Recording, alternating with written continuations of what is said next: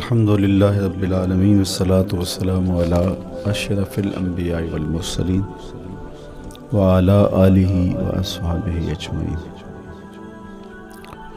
قال اللہ تعالی وتبارک فی القرآن المجید والفرقان الحمید۔ بسم اللہ الرحمن الرحیم۔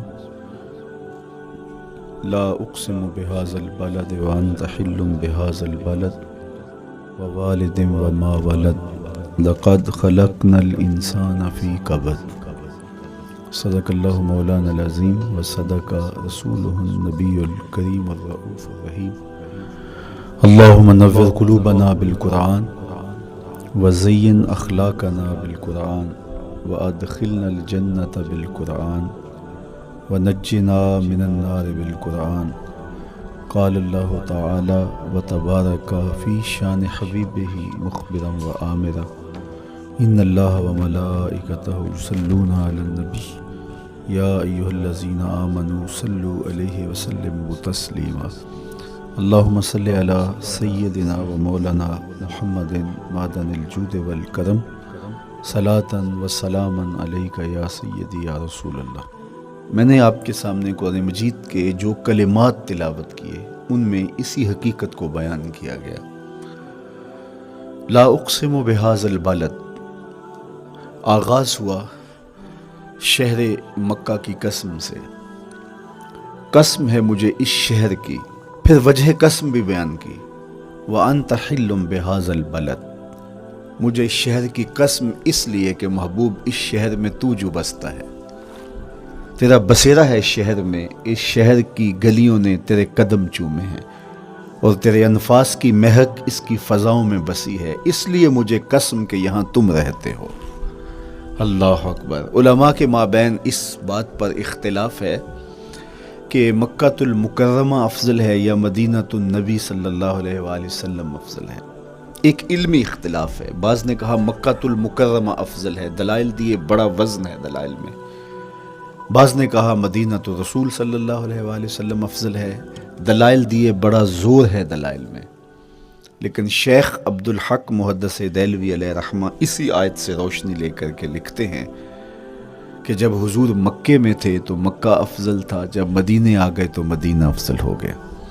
جدھر جدھر سے وہ گزرتے گئے مجد و شرف بھی پیچھے پیچھے رہا، چند لمحوں کے لیے ٹھہرے تھے تم جس پیڑ کے نیچے۔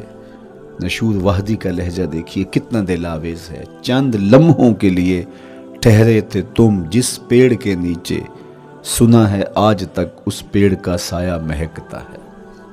تو مکے میں ہیں تو مکہ افضل، مدینے میں ہیں تو مدینہ افضل، تو شرف ان کے وجود مسعود سے ہے۔ وہ جدھر جدھر سے گزرتے جائیں گے وہاں وہاں ہی نور پھیلتا چلا جائے گا۔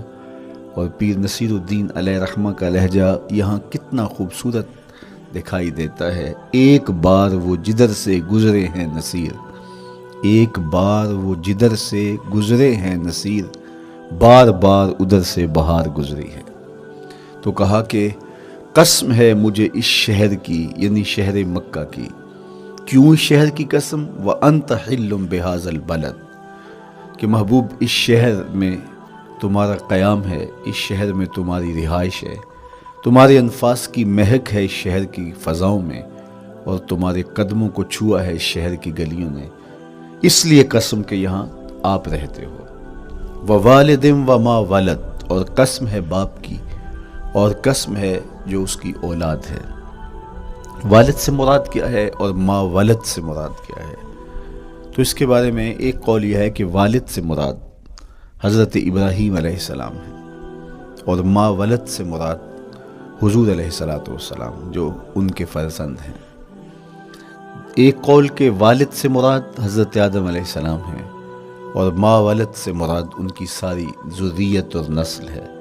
تیسرا قول کہ والد سے مراد حضور علیہ السلام ہے، اور ما ولد سے مراد حضور علیہ السلام کی ساری امت، حضور علیہ السلام کی ساری آل اطرت، حضور کے اصحاب۔ لیکن علماء نے پہلے قول کو ترجیح دی کہ مکۃ المکرمہ کی قسم کی گئی تو پھر مناسبت بنتی ہے کہ حضرت ابراہیم کا ذکر بھی ہو، تو اس لیے والد سے مراد حضرت ابراہیم ہیں، اور ما ولد سے مراد حضور علیہ الصلوۃ والسلام کی ذات ستودہ صفات ہے۔ تو 3 چیزیں ہوئیں جن کی قسم کی گئی۔ سب سے پہلے شہر مکہ کی قسم کی گئی، پھر حضرت ابراہیم علیہ السلام کی قسم کی گئی، اس کے بعد حضور علیہ الصلوۃ والسلام کے مبارک وجود کی قسم کی گئی۔ 3 قسمیں کر کے کہا کیا گیا، چونکہ جو خالی ذہن شخص ہو، جب اس کو کوئی بات بیان کی جائے تو قسم سے آغاز نہیں کیا جاتا۔ متردد الذہن کو کوئی بات کرنی ہو تو قسم سے آغاز کیا جاتا ہے، یا پھر آپ جس مضمون کو بیان کرنے جا رہے ہیں وہ اتنا اہم ہے کہ اس کی اہمیت کو اجاگر کرنے کے لیے آپ کو قسم کرنا پڑتی ہے۔ تو یہ جو ما بعد کا مضمون ہے جس کو میرے رب نے بیان کیا، اس سے قبل 1 نہیں 2 نہیں 3 قسمیں کی، تو پھر کان تو کھڑے ہو گئے، سماعتیں تو بچھ گئیں کہ وہ کون سی شے ہے جس کو بیان کرنا مقصود ہے، اور اس سے قبل قسم پہ قسم کی جا رہی ہے۔ قسم محبوب شہر مکہ کی، قسم محبوب تیرے والد بزرگوار حضرت ابراہیم علیہ السلام کی، اور قسم تیرے پاکیزہ وجود کی۔ اب انسان بالکل سماعتیں بچھا کے منتظر ہے کہ قسم کی کس بات کی جا رہی ہے، کس بات پہ قسمیں ہو رہی ہیں۔ تو جواب آیا، قسم محبوب شہر مکہ کی جس میں آپ رہتے ہو، قسم آپ کے والد بزرگوار حضرت ابراہیم علیہ السلام کی، اور قسم آپ کے پاکیزہ وجود کی۔ لقد خلقنا الانسان فی کبد، ہم نے انسان کو مشقتوں میں رہتا پیدا کیا ہے۔ یعنی انسان کی زندگی کے اندر مشقتیں، مشکلیں، آلام، مصائب، حالات کی تلخیاں، سخت مراحل، یہ اس کی زندگی کا حصہ ہے، اور ہم نے اس کو ڈیزائن اس طرح کیا ہے کہ یہ ان ساری مشکلات سے نہ بردآزما ہوگا اور حالات کی تلخیوں کا مقابلہ کرے گا، اور خیر و شر کے ساتھ ساری زندگی اس کا تعلق رہے گا۔ تو یہ اگر سخت جان ہوا تو زندگی میں کامیاب اور بامراد ہوا، اور اگر یہ کمزور ہوا تو پیچھے رہ جائے گا۔ اور اس کے لیے جو قسمیں کی ہیں وہ 3 ہیں۔ قسم کا اور جواب قسم کا تعلق ہوتا ہے، یعنی جس پہ قسم کی جا رہی ہے تو جو قسم کی جا رہی ہے اس کا کوئی آپس میں تعلق ہوگا۔ جب پھولوں کا ذکر کریں گے تو پھر اس کے متعلقات ہی بعد میں بیان کریں گے۔ کسی نے کہا تھا جنگل میں کوئی مے خار مرا ہے، جنگل میں کوئی مے خار مرا ہے، اسے انگور کے پتوں کا کفن دو۔ میاں جنگل میں مرنے والے شخص کو کسی اور درخت کے پتوں کا بھی تو کفن دیا جا سکتا ہے، لیکن صاحب مرنے والا مے خار ہے، اور شراب کشید کی جاتی ہے انگور سے، تو اس کو تو ٹھنڈ تب بھی پڑے گی کہ انگور کے پتوں کا کفن دیا جائے۔ تو مناسبات ہوتی ہیں۔ تو اب جب قسم کی گئی تو قسم 3 چیزوں کی گئی، اور اس کی جواب قسم سے مناسبت کیا بنتی تھی؟ انسان کو مشقتوں میں رہتا پیدا کیا گیا، حالات کی تلخیوں سے گزرتا ہے، سخت تربیتی مراحل سے اس کو گزرنا پڑتا ہے۔ تو اس چیز کو بیان کرنے سے قبل 3 قسمیں کی گئی۔ پہلی قسم میرے حضور کے پاکیزہ شہر کی، مکہ المکرمہ کی، اس لیے کہ مکہ المکرمہ میں دیکھ لیجئے کہ صحابہ اور حضور کے ماننے والوں نے کیسے تلخ زندگی کاٹی۔ شجر اسلام ثمر بار ہوا تو ہمیں تو یہ کھلے ہوئے پھول دکھائی دیتے ہیں، لیکن ہم نہیں بھول سکتے کہ بلال حبشی کی پیٹھ پہ کیسے کوڑے برسے اور احد احد کیسے پکارتے رہے۔ تو ہم اس منظر کو دیکھیں، مکہ کے ان حالات کو دیکھیں، تو اس لیے قسم کی مکے کی، اور پھر حضرت ابراہیم علیہ السلام کی قسم کی، چونکہ حضرت ابراہیم نے جس قدر اذیتوں سے گزر کر کے، مصائب آلام کا سامنا کر کے، حالات کی تلخیوں کا مقابلہ کر کے اپنا راستہ بنایا اور اپنے رب کی رضا پائی، وہ تاریخ کا ایک انوکھا باب ہے۔ اس سے بڑھ کر کیا ہوگا کہ جلتی ہوئی آگ میں چھلانگ لگا دی رب کے حکم کی تعمیل میں، بیٹے کی گردن پہ چھری رکھ دی۔ یہ تماشا لب بام نہیں تھا، منا کی وادی میں وہ انوکھا واقعہ رقم ہوا کہ آج بھی تاریخ انگشت بدندہ ہے کیا ایک باپ، اور وہ اس بیٹے کو ذبح کرنے کے لیے آمادہ ہو گیا جو اس کی آنکھوں کا نور ہے اور دل کا قرار ہے، رب سے مانگ مانگ کے لیا، لیکن تعمیل ارشاد میں اس بیٹے کی گردن پہ چھری رکھنے کے لیے باپ تیار ہو جاتا ہے اور اس کو ذبح کرنے کے لیے آمادہ ہو جاتا ہے، حتیٰ کہ بیٹے کو لٹا لیتا ہے اور ہاتھ میں چھری پکڑ کے بیٹے کی گردن پہ رکھ کے پوری ہمت کے ساتھ جب چھری چلاتا ہے تو آواز آتی ہے فلما اسلم وتلہ للجبین ونادیناہ ان یا ابراہیم قد صدقت الرؤیا انا کذالک نجزی المحسنین۔ ابراہیم بس کرو، تم نے واقعی خواب پورا کر دکھایا۔ اپنی بیوی کو، اپنے نو مولود بچے کو وادی غیر ذی زرع میں چھوڑ آنا، جہاں کچھ بھی میسر نہیں تھا، یہاں آپ کو آپ کے ماں باپ چھوڑ کے جاتے ہیں، ایک خوبصورت آسودہ ماحول ہے، اور آپ کو جس مقصد کے لیے چھوڑ کے جا رہے ہیں تو وہ مقصد بھی آپ کے اور ان کے پیش نظر ہے، لیکن اس کے باوجود بھی جو ہے وہ آنکھیں نم ہو جاتی ہوں گی کہ ہم اپنی اولاد کو یہاں چھوڑ کے جا رہے ہیں، جبکہ ایک محفوظ پناہ گاہ میں آپ کو چھوڑ کے گئے۔ آپ کی تربیت کرنے والا ایک جو ہے وہ توانا طبقہ اور ایک توانا جو ہے وہ سٹاف موجود ہے جو آپ کی فکری، ذہنی، بدنی تربیت کے لیے کوشاں ہیں، لیکن اس کے باوجود بھی والدین محسوس کرتے ہیں لیکن اپنے نو مولود بچے کو وہاں چھوڑ کے جانا جہاں آب و دانہ بھی میسر نہیں تھا۔ مورخ اسلام فی جلندری نے اس وادی کا نقشہ کھینچتے ہوئے کہا، وہ وادی جس میں وحشت بھی قدم رکھتی تھی ڈر ڈر کے، جہاں پھرتے تھے آوارہ تھپیڑے بادے سر سر کے، جہاں پر گھاس اگتی تھی، جہاں نہ پھول کھلتے تھے، مگر وہ سرزمین تھی آسماں بھی جھک کے ملتے تھے۔ تو اس وادی میں چھوڑ کے آنا، حضرت ابراہیم نے جو امتحانات دیے، اس لیے ان کی قسم کی، چونکہ جواب قسم کا تعلق بنتا ہے تو قسم ابراہیم کے پاکیزہ وجود کی کہ جنہوں نے دکھ سہے، تکالیف، آلام گوارا کی، لیکن پائے ثوات میں لغزش نہیں آنے دی۔ تیسری قسم میرے حضور کے پاکیزہ وجود کی فرمایا جتنے دکھ مجھے دیے گئے، جتنی اذیتیں مجھے پہنچائی گئیں، اتنی کسی کو نہیں دی گئیں۔ پیدا ہوئے تو حضور کے باپ کا سایہ سر پہ نہیں تھا، پھر اس کے بعد حضور مختلف مراحل سے گزرے، 6 سال کی عمر میں ماں کا انتقال ہو گیا۔ جب راہ حق میں لوگوں کو دعوت رشد و ہدایت دینے نکلے تو جو لوگوں کے رویے تھے اور جو اذیتیں لوگوں نے پہنچائیں وہ ایک الگ باب ہے۔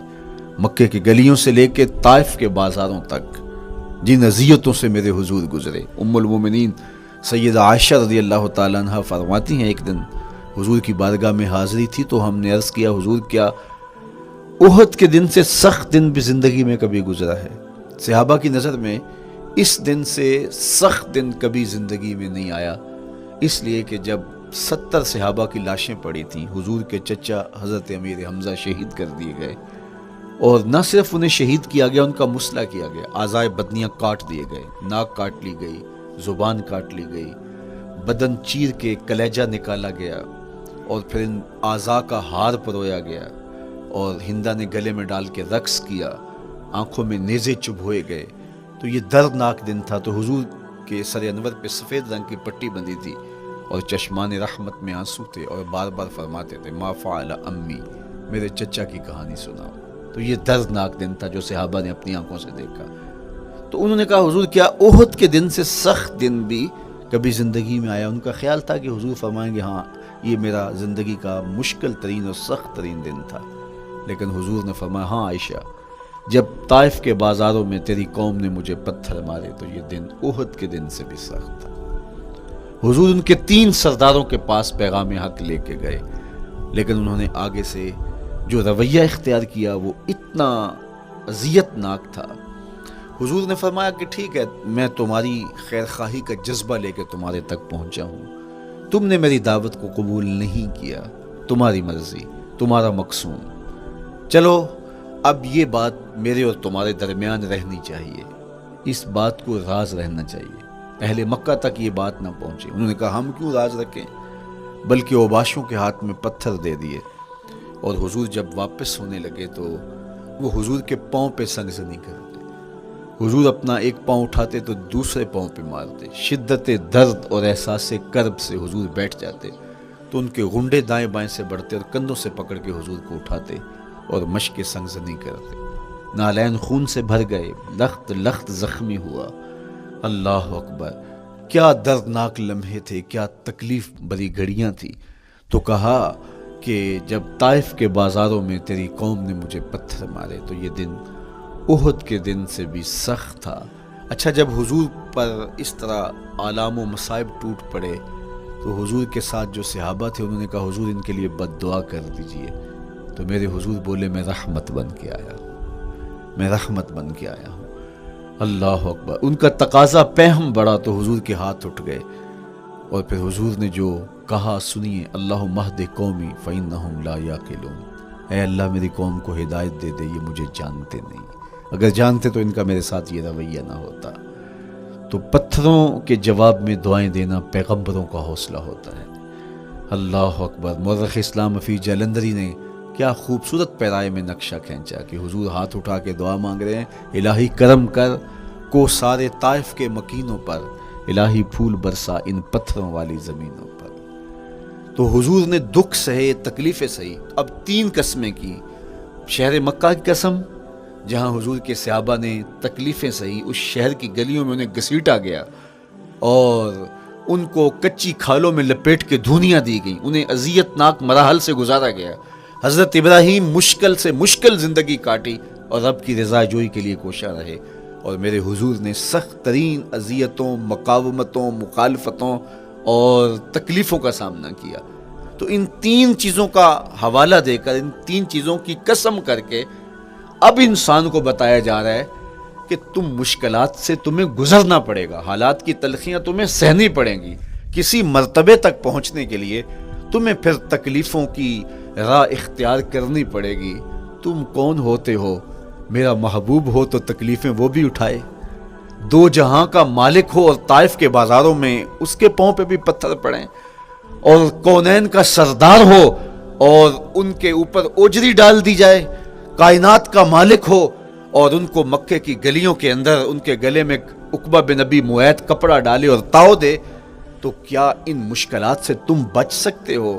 جب تم کسی منزل تک پہنچنا چاہتے ہو تو پھر یہ حوالے ماضی کے دیکھ لو. 3 قسمیں کر کے اس حقیقت کو بیان کیا. ابراہیم علیہ السلام کے وجود کو دیکھ لو، حضرت مصطفیٰ کریم علیہ السلام کی ذات ستودہ صفات کو دیکھ لو، اور مکے کی گلیوں میں صحابہ کے ساتھ جو ظلم اور جبر ہوئے اور انہوں نے جو مصیبتیں اور مشقتیں کاٹی وہ ساری دیکھ لو. تو 3 قسمیں کھا کر کے کہا کہ بے شک انسان مشقتوں میں رہتا پیدا کیا گیا ہے. اس لیے قافلہ انسانی کے وہ افراد جو کسی منزل کے متلاشی ہوتے ہیں، جو جستجو کی زندگی بسر کر رہے ہوتے ہیں، ان کو پھر مشکلات سے گزرنا پڑتا ہے اور حالات کی تلخیاں ان کو گوارا کرنا پڑتا ہے، کشاکش حیات سے ان کو ٹکرانا پڑتا ہے، اور ان کو آگے بڑھنے کے لیے ان کو تکلیفوں سے گزر کر کے، جان گسل مراحل سے گزر کر کے پھر منزل کی طرف عازم سفر ہونا پڑتا ہے. کیا میں نے اس خاکدان سے کنارہ جہاں رزق کا نام ہے آب و دانہ، پلٹنا جھپٹنا جھپٹ کر پلٹنا لہو گرم رکھنے کا ہے ایک بہانہ. پرندوں کی دنیا کا درویش ہوں میں کہ شاہی بناتا نہیں آشیان. تو زندگی مشکل مراحل سے گزر جانے کا نام ہے. اقبال نے کہا تھا ہے شباب اپنے لہو کی آگ میں جلنے کا نام. یہ زندگی آسان نہیں ہے، یہ حالات کی تلخیوں کا مقابلہ کرنے کا نام ہے، یہ ضبط نفس کا نام ہے، یہ اپنے من کی تربیت کا نام ہے. حضرت امام راضی آیت کریمہ کے تحت لکھتے ہیں کہ جب بچہ شکم مادر میں ہوتا ہے تو وہ 3 پردوں میں ہوتا ہے، ایک جھلی کا پردہ، ایک رحم مادر کا پردہ اور ایک پیٹ کا پردہ. تو 3 پردوں میں وہ بیچارہ بڑی عجیب سی حالت میں ہوتا ہے. یہ اس کا پہلا مرحلہ ہے تخلیق کے بعد. اس کے بعد پیدائش کا دوسرا مرحلہ ہے. یہ زچہ بچہ دونوں کے لیے موت و حیات کے مرحلے ہوتے ہیں. اس کے بعد وہ پیدا ہوا، اس دنیا پہ آیا تو اس کی مشکل کیا ہے؟ زبان ہے، بولنا نہیں جانتا، دیکھتا ہے پہچان نہیں سکتا، سنتا ہے سمجھ نہیں سکتا، ہاتھ ہیں پکڑ نہیں سکتا، ٹانگیں ہیں چل نہیں سکتا. کتنی مشکل بن گئی. یہ سب کچھ چیزیں ہونے کے باوجود بھی وہ بے بس دکھائی دیتا ہے. اس کو دودھ مانگنے کے لیے بھی رونا پڑتا ہے. تو یہ ایک مرحلہ تھا. پھر آہستہ آہستہ اس نے بولنا سیکھا، ایک ایک حرف کر کے، لفظ لفظ جوڑ کے وہ جملے مکمل کرتا رہا. آج تو زبان کا طوطی بولتا ہے، آج تو بات کریں تو جو ہے وہ ماحول تھم جاتا ہے. لیکن انسان ذرا پلٹ کے آغوش مادر میں تیری ماں نے ایک ایک حرف تجھے سکھایا تھا، ایک ایک لفظ تجھے سکھایا تھا، لفظ لفظ کر کے، حرف حرف کر کے جملے بنے، اور آج تیری گفتار کی شوخی کے تذکرے زمانے میں ہیں، تو پھر تجھے بولنا سکھایا، تو چل نہیں سکتا تھا، آج تیری جو ہے وہ جولانیاں دیکھنے والی ہیں، تیری رفتار کو کوئی چھو نہیں سکتا ہے، تیری آنکھوں کی بجلیاں آج عقابوں سے بڑھ کر ہیں، آج تیرے کانوں کے اندر نغموں کا جہاں آباد ہے، آج تیرے ہاتھوں کی گرفت کہ آگے شیر غراں بھی ہو تو وہ بھی بے بس ہو جاتا ہے، لیکن دیکھ تو کتنا مجبور تھا۔ اچھا چلو وہاں سے آگے آئے، پھر زندگی کو سیکھنا پڑتا ہے، آداب سیکھنے پڑتے ہیں، کس سے کیا بات کرنی ہے سیکھنا پڑتا ہے، آگے بڑھے، جوانی کی دہلیز پہ پہنچے۔ جوانی انسان کی زندگی کا باقپن ہوتا ہے، عروج ہوتا ہے، اللہ اکبر، لیکن جوانی کو تقدس معاب رکھ کے منزل تک پہنچانا یہ سب سے مشکل مرحلہ ہوتا ہے، چونکہ جذبات بے قابو ہیں، خواہشیں آوارہ ہیں، اور تا حد نظر نظارے ہی نظارے جو دل کو کھینچتے ہیں۔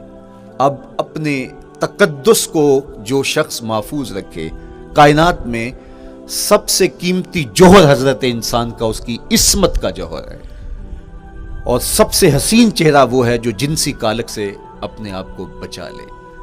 تو جوانی ہو، باقپن ہو، اور پھر اپنی خواہشات کو بے قابو نہ ہونے دیا جائے، سب سے مشکل مرحلہ پوری زندگی میں یہ آتا ہے۔ کسی نے کہا تھا کتاب زیست کا ایک اور باب بیت گیا، شباب بیت گیا، ایک عذاب بیت گیا۔ تو شباب کا ختم ہونا اور اس کو خیریت سے منزل تک پہنچنا، یہ کتنا بڑا مشکل مرحلہ ہوتا ہے، جس کا جوانی میں باطن کا چہرہ مسخ ہو جاتا ہے اور جنسی کالک سے جو چہرہ آلودہ ہو جاتا ہے، اس کا عفت کا دامن داغدار ہو جاتا ہے۔ تو اس لیے وہ چہرہ تاباں ہے، وہ چہرہ روشن ہے، وہ چہرہ منور ہے جو اپنے آپ کو کالک نہیں لگنے دیتا اور اپنی عصمت کی حفاظت کرتا ہے۔ میرے حضور نے بھی ارشاد فرمایا، سبعۃ یظلھم اللہ تعالی فی ظلہ یوم لا ظل الا ظلہ، 7 اشخاص ایسے ہیں قیامت کے دن جب کوئی سایہ نہیں ہوگا، اللہ ان کو اپنے عرش کا سایہ عطا کرے گا۔ ان میں سے پہلا شخص امام عادل حکمران، دوسرا شخص وشاب نشأ فی عبادت اللہ، وہ جوان جس کی جوانی اللہ کی عبادت میں بسر ہوئی، تیسرا وہ شخص ورجل قلبہ معلق بالمساجد، وہ شخص جس کا دل مسجد میں لگتا ہے، مسجد میں جمتا ہے، اور چوتھا شخص ورجل دعته امرأة ذات منصب وجمال فقال انی اخاف اللہ، وہ شخص جس کو دعوت گناہ ملی اور حسن قدموں میں بچھنے کے لیے بےتاب ہوا، اور اس نے کیا کہا، انی اخاف اللہ، میں اللہ سے ڈرتا ہوں، میرا اللہ مجھے دیکھ رہا ہے۔ میرے حضور نے فرمایا قیامت کے دن جب کوئی سایہ نہیں ہوگا، اللہ اس کے اوپر اپنے عرش کا سایہ تان دے گا، جو اپنی عصمت کے جوہر کو بچا گیا۔ تو یہ ایک مشکل مرحلہ تھا، اپنی جوانی کے تقدس کی حفاظت کرنا۔ میرے حضور نے ارشاد فرمایا، انا حبیب اللہ، میں اللہ کا حبیب ہوں، جو جوان جوانی میں توبہ کرتا ہے وہ بھی اللہ کا حبیب ہے۔ کتنا بڑا اعزاز ہے اور کتنا بڑا کمال ہے جو شخص کو ملتا ہے جو جوانی میں اپنی عصمت کے تقدس کی حفاظت کرتا ہے، اپنی آبرو پہ پہرا دیتا ہے، اپنی نظروں کی حفاظت کرتا ہے، اپنی سوچوں کو آوارہ نہیں ہونے دیتا، اپنے خیالوں کو بھٹکنے نہیں دیتا، اپنی خواہشات کو بے قابو نہیں ہونے دیتا۔ تو یہ مشکل ترین لمحہ تھا۔ اس کے بعد امام راضی کہتے ہیں اب شادی کا مرحلہ ہوا، تو پہلے خود اپنی ذمہ داری تھی، اب کسی کا بوجھ بھی اٹھانا پڑا، یہ اگلی مشکل آ پڑی۔ پھر بچے ہوئے تو پھر اپنی زندگی تو ختم ہو گئی، پھر ساری زندگی، پھر بڑھاپے میں چلے جائیں، ارذل العمر تک چلے جائیں، یہ ساری زندگی مشکلات۔ لقد خلقنا الانسان فی کبد۔ تو ہمیں عملی طور پہ مشکلات کے مقابلے کے لیے تیار ہونا چاہیے۔ دیکھیے ہم جب شکار کرنے جاتے ہیں اور وہ خطرناک جنگل ہو جس میں شیر، بھیڑی اور دیگر جانور بھی ہوں، تو پھر ہم حفظ ما تقدم کے طور پہ سب کچھ ساتھ لے کے جاتے ہیں اور اس انداز سے جاتے ہیں کہ ہمارے اوپر اگر کوئی حملہ ہو تو بچاؤ کی یہ تدبیر ہو۔ تو ہم عملی طور پہ اس کے لیے خود تیار ہوتے ہیں، تو پھر کوئی ہونے والا حملہ غیر متوقع نہیں ہوتا اور ہم اس کے لیے اپنے آپ کو مستعد اور فعال پاتے ہیں۔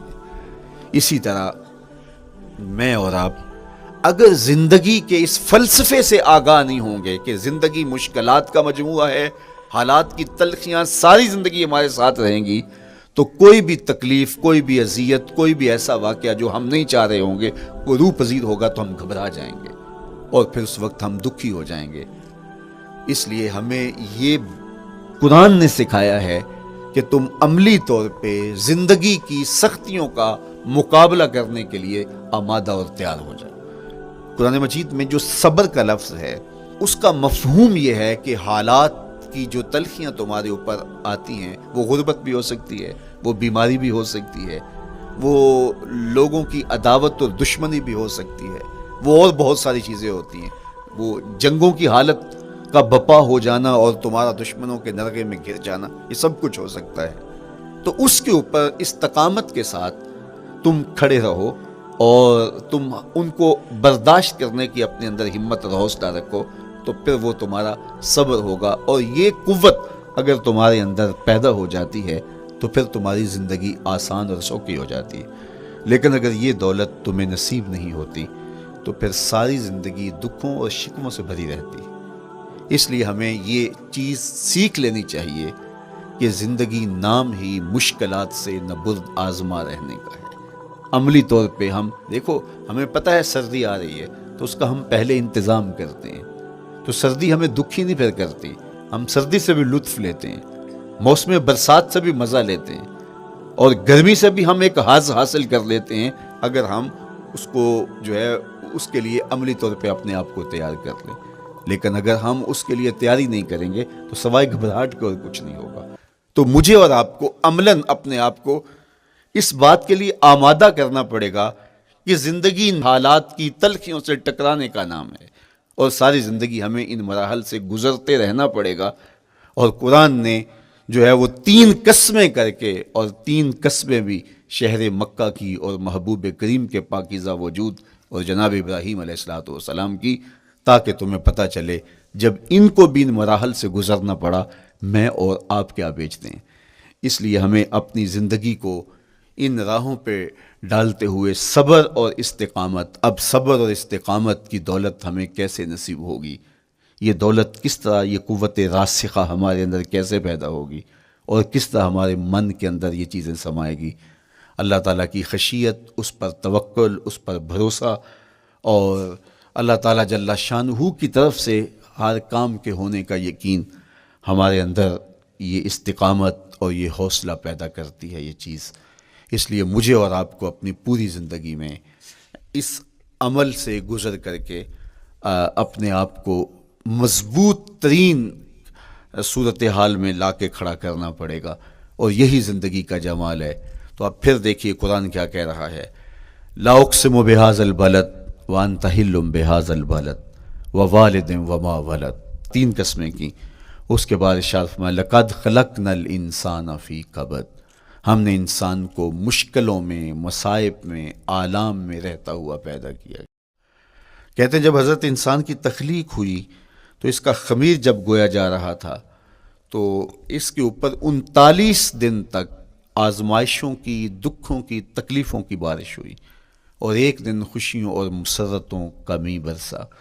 تو انسان کی زندگی کے اندر حالات سے ٹکرانا اور دکھوں کو سہنا اور دکھوں سے مقابلہ کرنا، یہ سیکھنا پڑے گا، اور جب انسان اس کو عملی طور پہ سیکھ جائے گا تو پھر زندگی کا جمال اور زندگی کا حسن نصیب ہوگا۔ دوسری بات، ہمیں اپنی زندگی میں 7 چیزوں کو اپنا اصول بنا لینا چاہیے، اور یہ 7 چیزیں وہ ہیں جو ہماری زندگی کو ایک خوبصورت سانچے میں ڈھال کر کے ہمیں ایک پاکیزہ اور ستھرا انسان بنا دیتی ہیں۔ پہلی چیز، التمسک بکتاب اللہ، اللہ کی کتاب سے جڑ جانا، وابستہ ہو جانا۔ جب ہم کتاب اللہ سے وابستہ ہو جائیں تو پھر ہمارے باطن کی اور نفس کی تربیت ہوتی ہے، اور پھر ہم وہ مطلوب انسان بنتے ہیں جو ہمارا رب ہم سے تقاضا کرتا ہے۔ تو اس لیے ہمیں اپنی زندگی میں اس چیز کو لازم کر لینا چاہیے کہ ہمارا کوئی بھی دن قرآن مجید کی تلاوت کے بغیر نہ گزرے۔ اپنے دن کا آغاز قرآن مجید کی تلاوت سے کیجیے۔ سورہ یاسین سے جو اپنے دن کا آغاز کرتا ہے سارا دن اللہ کی امان میں رہتا ہے، اس کی حفاظت میں رہتا ہے، اور اپنی شب کا آغاز سونے سے پہلے سورہ الملک کی تلاوت کریں، آپ ساری شب اللہ کی امان میں، اس کی حفاظت میں رہیں گے۔ اور قرآن مجید کو سمجھ کر اس کے مفاہیم و مطالب کے ساتھ ایک رکوع کم از کم پوری زندگی، اپنی زندگی کے نصاب میں آپ کتنا وقت مختلف امور کے لیے سر انجام دیتے ہیں۔ یہ کتاب انسانی ہدایت کے لیے، انسانی تربیت کے لیے، اس سے کوئی اور بہتر اور مؤثر جو ہے وہ نصاب نہیں ہو سکتا ہے۔ انسان سازی کا بہترین ذریعہ ہے یہ کتاب، اور اس کتاب کے ذریعے سے جو ہے وہ انسان پستیوں سے اٹھ کے بلندیوں تک جا پہنچتا ہے۔ اقبال نے تو کہا کہ گر تمی خواہی مسلمان زیستن، نیست ممکن جز بقرآن زیستن۔ اگر تو مسلمان بن کے جینا چاہتا ہے تو قرآن کے بغیر ایک قدم بھی نہیں چل سکتا۔ تو آگے چل کے اسی نظم میں کہا کہ فاش می گوئم آنکھ در دل مزمرست، ای کتابیں نیست چیزیں دیگرست۔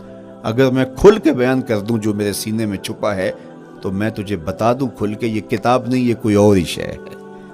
کن لوگوں کو کہاں سے اٹھایا اور یہ کتاب کہاں تک لے گئی، جو باہمی جنگ و جدل میں الجھے ہوئے تھے اور حرف شناس بھی نہیں تھے، جو سواد آشنا بھی نہیں تھے، پھر انہوں نے جو ہے وہ روما کی سلطنت بھی الٹ کے رکھ دی۔ یہ کرشمہ تھا اس کتاب کا، جس نے زندگی کا جمال ان کی روحوں کے اندر پیدا کر دیا۔ تو میں اور آپ اپنی زندگی میں قرآن مجید سے کبھی بھی دور نہ ہوں، روزانہ کی بنیاد پہ آپ تلاوت کلام مجید اپنی زندگی میں شامل رکھیں۔ انشاءاللہ اس کے اجالے دنیا میں اور آخرت میں آپ اپنی آنکھوں سے مشاہدہ کریں گے۔ حضرت امام احمد بن حنبل فرماتے ہیں، میں نے رب سے کہا کہ مجھے اپنا قرب عطا کر، آواز آئی میرا قرب چاہتے ہو تو قرآن پڑھا کرو۔ یہ رب کی قربت کی بھی ضمانت ہے اور ضبط نفس اور باطن کی تربیت کا بھی ذریعہ ہے۔ اچھا، دوسری بات، والاقتداء بسنت رسول اللہ صلی اللہ علیہ وآلہ وسلم۔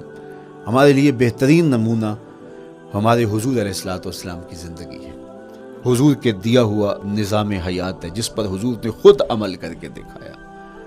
میرا عشق رسول، میری محبت رسول اس بات کا تقاضا کرتی ہے کہ میں ان کے طریقہ حیات کے مطابق اپنی زندگی گزاروں۔ اسلام دعوے کی بات نہیں کرتا، دلیل ہم سے مانگتا ہے۔ آج میں کہتا ہوں میں عاشق رسول ہوں، اور اتنا بڑا عاشق رسول ہوں کہ میرے جیسا زمانے میں دوسرا کوئی نہیں۔ میرے جذبات ایسے دکھائی دیتے ہیں، آسمان کو چیر دوں گا اور زمین کو پھاڑ دوں گا، لیکن ہمسایوں کے ساتھ میرا سلوک بتاتا ہے کہ میں عاشق رسول نہیں ہوں۔ دوستوں کے ساتھ میرا رویہ بتاتا ہے کہ میں عاشق رسول نہیں ہوں۔ میں کسی سے وعدہ کرتا ہوں اور پھر اس پہ پورا نہیں اتر پاتا، تو صاحب پھر آپ عاشق رسول نہیں ہیں، آپ کچھ اور ہیں۔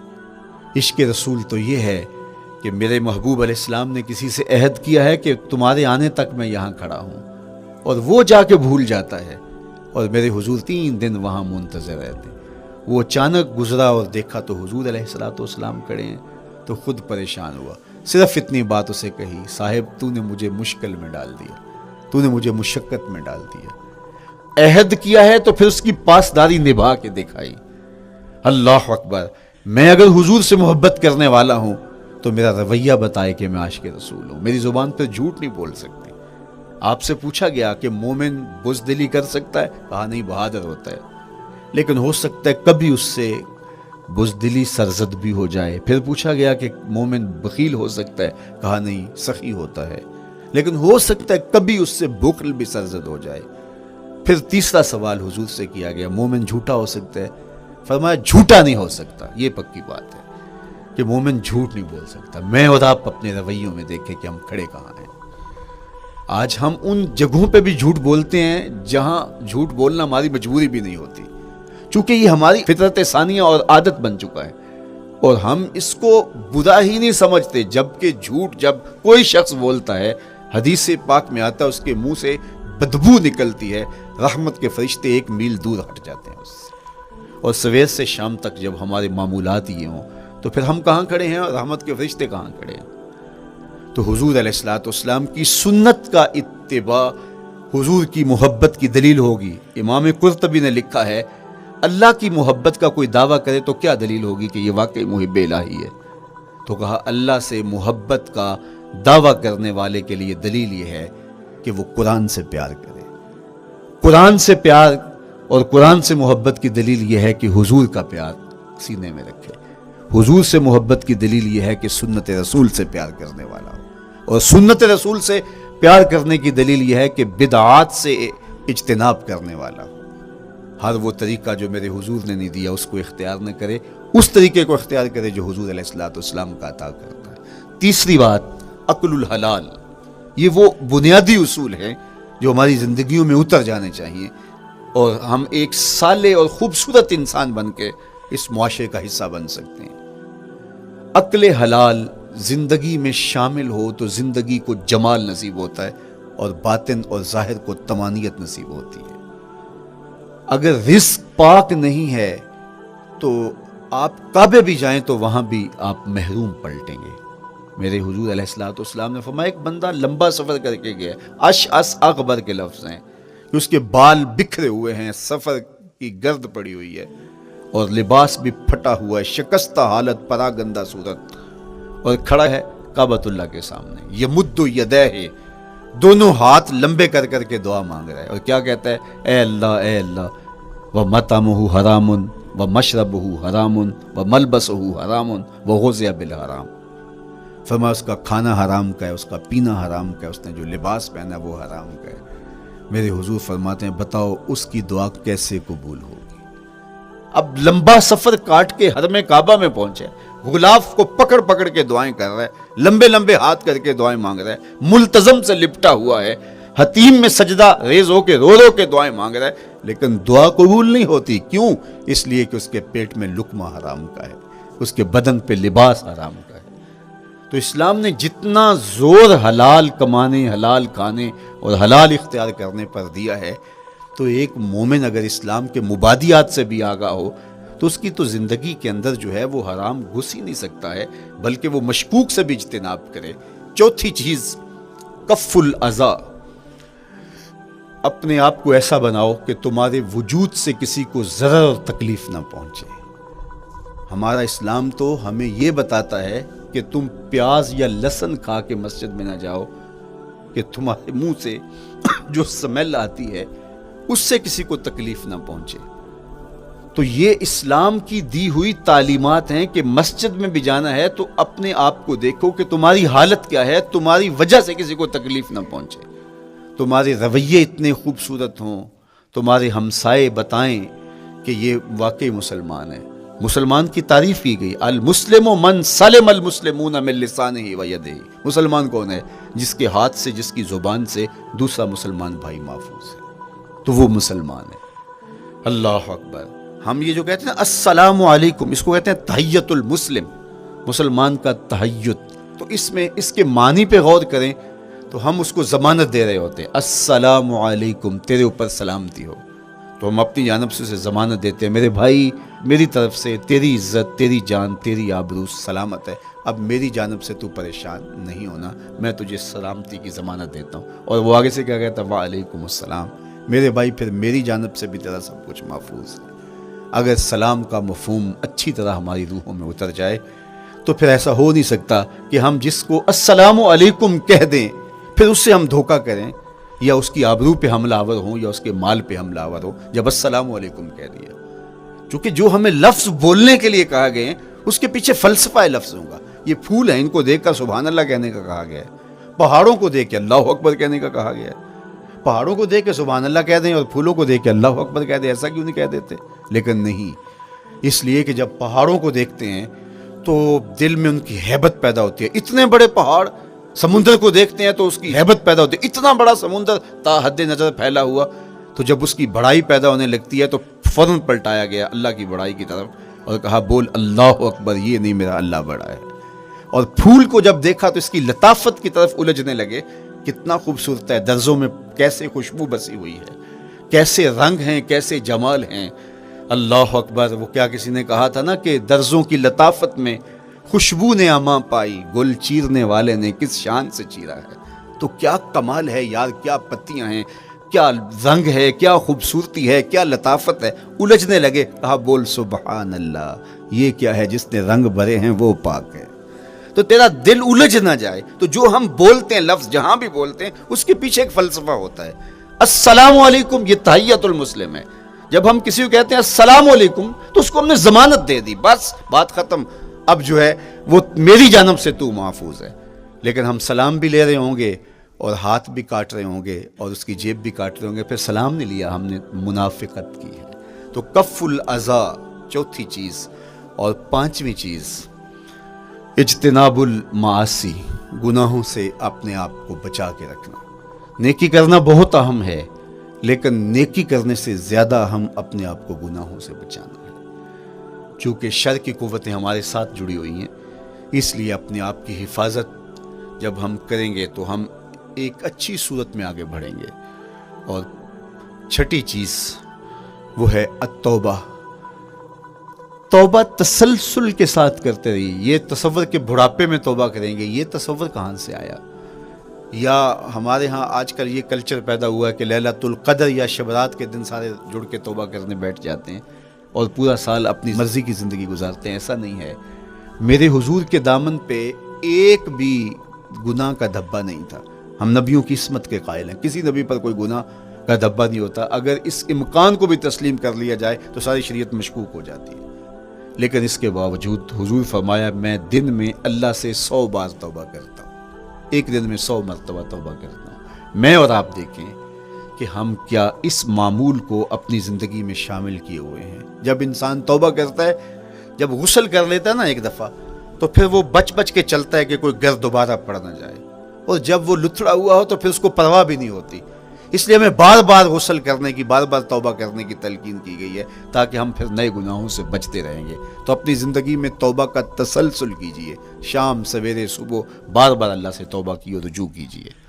اور آخری چیز ادا الحقوق، حقوق کا ادا کرنا۔ ہمارے ذمے جو حقوق عائد ہوتے ہیں وہ ہمارے والدین کے ہیں، وہ ہمارے بہن بھائیوں کے ہیں، وہ ہمارے دوستوں کے ہیں، ہمسایوں کے ہیں، ہمارے اساتذہ کے ہیں، کلاس فیلوز کے ہیں۔ وہ حقوق حتیٰ کہ جانوروں کے کیوں نہ ہوں، تو ان حقوق کو ہم ادا کرنے والے، دستبردار نہیں ہو سکتے ہم ان حقوق سے۔ یہ مومن کی زندگی ہے، یہ ہمارا نظم حیات ہے، یہ اسلام کا دیا ہوا منشور ہے، یہ طریقہ زندگی ہے کہ ہم ایک ایک کے حق کو ادا کرتے ہوئے اپنی زندگی کو بسر کریں۔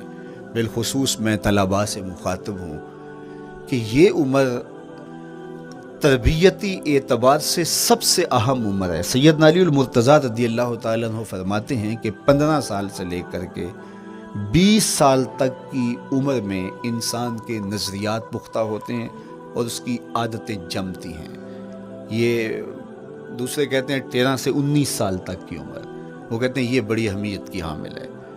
تو 13 سے 19 سال یا 15 سے 20 سال تک کی عمر، بعض کا تو ہوتا ہے کہ ابھی بچے ہیں، ماں باپ بھی سستی کرتے ہیں کہ ان کو تہجد کا عادی اب کیوں بنائیں، ابھی تو یہ بچے ہیں، ان کو ان چیزوں سے، چھوٹی چھوٹی چیزوں کا عادی اب کیوں بنائیں، جب بڑے ہوں گے، سمجھدار ہوں گے، ذمہ داریوں کا بوجھ آئے گا، سب کچھ کر لیں گے۔ تو پھر اس وقت کرنا مشکل ہوتا ہے، پھر کر نہیں پاتا بندہ۔ تو جو سیکھنا ہے، جو عادتیں پختہ کرنی ہے، وہ اسی زندگی میں ہوتی ہے۔ تو یہ آپ کا ایک موقع ہے، آپ کو کوئی ایک ماحول فراہم ہوا ہے۔